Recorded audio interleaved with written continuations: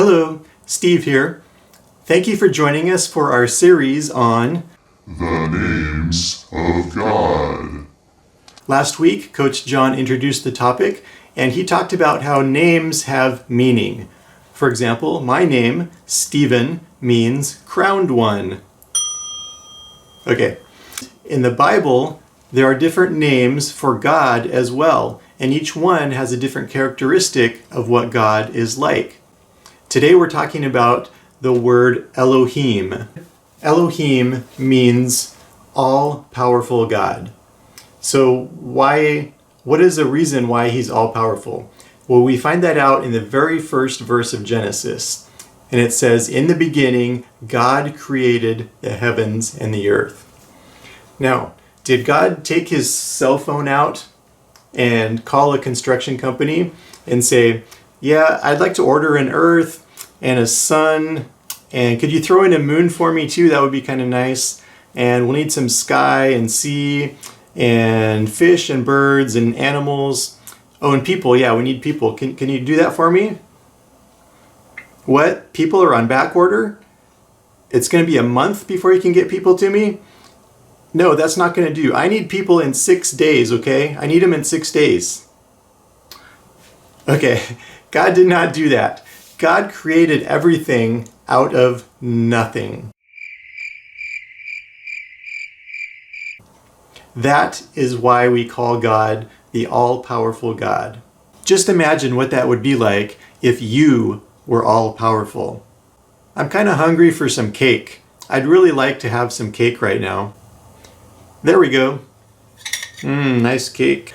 I don't think there's anything more powerful than being able to create something out of nothing. And that's what God did. That's why he is Elohim, the all-powerful God. So if you look on our chart, you can see on each day God created something specific. I just want you to note the connection between day 1 and day 4, because day 1, light was created first, and then the sun, moon, and stars were created. So if you create a sun, but light hasn't been created yet, you can't have a sun. So God planned that in advance. On day 2, you need a sea and the sky to be created before sea creatures and birds can be around. So God planned that. In day 3, dry ground with plants and trees had to be created before the land animals and people could be around because they needed stuff to eat. So God finished creating everything. But in verse 26, it says that God created people in God's image. The animals were not created in God's image. So what does that mean? That means that we are able to have a relationship with God. We can learn about God, we can love God, we can understand God, we can tell other people about God. Animals don't have that ability. And so we have this special relationship with God. It's kind of like the picture of this mold where a toy soldier is molded from, that it's in the same image as its mold. And we, as people, reflect the image of God. So we can love other people and we can tell other people about God. And that's how we reflect God's image to other people. Now, there was a question that got brought up in our class on Sunday. Somebody asked about our pets, and they were wondering if pets will be with us in heaven.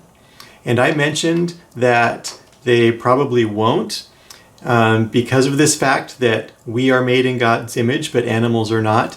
But I want to say that the Bible does not say specifically. So it could be that God is very kind to us and that he will allow our pets to be with us in heaven. We just don't know. And the very last verse in chapter 1, God says that everything he created was very good. So now I have some questions that you can talk over as a family. You can look at those here at the end. And also, just a reminder that next week we will find out if this very good creation of God continued or not. So we hope to see you next week. Bye.